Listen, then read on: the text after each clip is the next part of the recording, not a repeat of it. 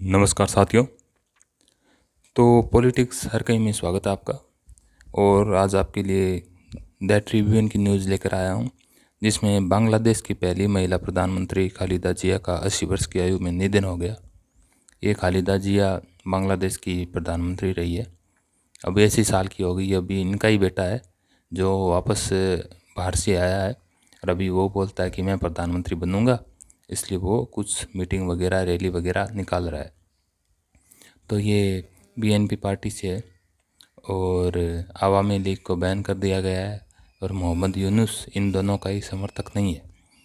तो अभी देखते हैं चुनाव किस तरफ जाते हैं और कौन जीतता है, लेकिन आज इसका स्वर्गवास हो गया है। और दोस्तों, द ट्रिब्यून में लिखा है कि बांग्लादेश में एक हिंदू व्यक्ति की गोली मारकर हत्या कर दी गई है। 12 दिन में तीसरी हत्या रिपोर्टेड है, सामने आई है। मतलब वहाँ पर आए दिन हिंदुओं की हत्या हो रही है। और ये तो कोई बाहर आती है, जो बाहर नहीं आती है उनका क्या। और आदमी को मार दिया, और अगर आदमी को मारा है तो उनके परिवार वालों के साथ में, उनकी बहन बेटियों के साथ में क्या हुआ होगा, वो तो आप अंदाज़ा लगा ही सकते हैं। आगे द प्रिंट की न्यूज़ है, Jaishankar ji set to visit Dhaka to attend Khalida Zia's funeral. तो भाई साहब, ऐसा है कि खालिदा जिया के फ्यूनरल पर भारतीय एक्सटर्नल अफेयर मिनिस्टर जयशंकर जी जा सकते हैं ढाका। तो ये भारत का बांग्लादेश से रिश्तों को सुधारने का एक प्रयास है। लेकिन मुझे तो नहीं लगता कि ये सब करने का ज़रूरत है क्या, कि वहाँ पर मतलब वहाँ पर आदमी लोग इस लेवल पर भड़के हुए हैं कि वो कोई बम वम फेंक देगा, कोई गोली मार देगा, वहाँ पर वैसा चलता है।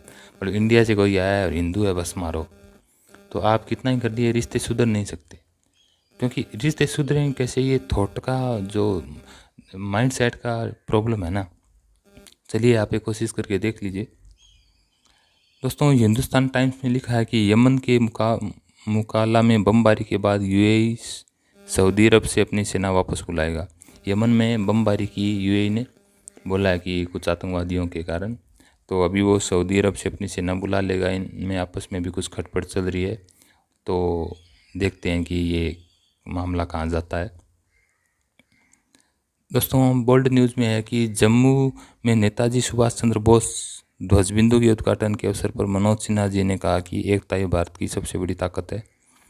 तो ये मनोज सिन्हा जी जो गवर्नर है, उन्होंने बोला कि एकता ही सबसे बड़ी ताकत है। तो आज क्या हुआ, जो मतलब 30 दिसंबर को नेताजी सुभाष चंद्र बोस ने अंडमान निकोबार पे भारतीय मतलब झंडा फहराया था, ये मान लीजिए। तो बोला था ये भारत का हिस्सा है, और अंग्रेज़ों को भगाया था। तो इस हिसाब से कहा जाए तो सुभाष चंद्र बोस को ये क्रेडिट देना पड़ेगा कि उन्होंने भारत की रक्षा की और ये अंडमान निकोबार अपने नियंत्रण में लिया। और दोस्तों, पॉलिटिको का न्यूज़ है कि 2026 में ट्रंप की विदेश नीति का दुष्परिणाम। पॉलिटिको में खुद कहा है कि जो ट्रंप ने 2025 में जो विदेश नीति अपनाई, वो कोई बहुत ज़्यादा फ़ायदेमंद साबित नहीं हुई। उसने शांति के प्रयास किए और कुछ किया, जिसमें भारत से भी उसने रिश्ते खराब किए, तो उसका कोई फ़ायदे वाली बात नज़र आई नहीं। तो ये तो हम हमेशा से कह रहे हैं। रेवटर्स की खबर है दोस्तों कि चीन ने चिप निर्माताओं के लिए 50% घरेलू उपकरण अनिवार्य कर दिए हैं। चीन का जो मेड इन चाइना रहता है, उसने बोला कि जो चिप्स बनाए उसमें जो उपकरण है, जो मशीनें इस्तेमाल करें, वो जहाँ तक हो सके चाइना की इस्तेमाल करें। तो चीन कोई भी प्रकार का फॉरेन इन्फ्लुएंस नहीं चाहता। भारत में तो चीज़ें विदेशों से बन रही है, फ़ोन भी विदेशी से ला रहे हैं, लैपटॉप भी, हर मशीनें। लेकिन चाइना में ऐसा नहीं होता है, चाइना में ऐसा नहीं होता है। और दोस्तों,